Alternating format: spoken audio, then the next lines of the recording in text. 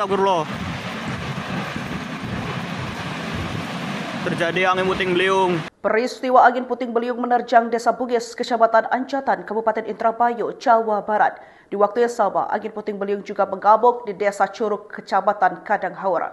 Data sementara yang dicatat BPBD Indramayu, total ada 119 rumah warga yang rusak dan bangunan sejumlah fasilitas meliputi gor, sekolah, dan puskesmas di dua lokasi tersebut. Video amatir warga saat puting beliung menerjang permukiman pada Minggu 16 Maret sore itu pun jadi sorotan.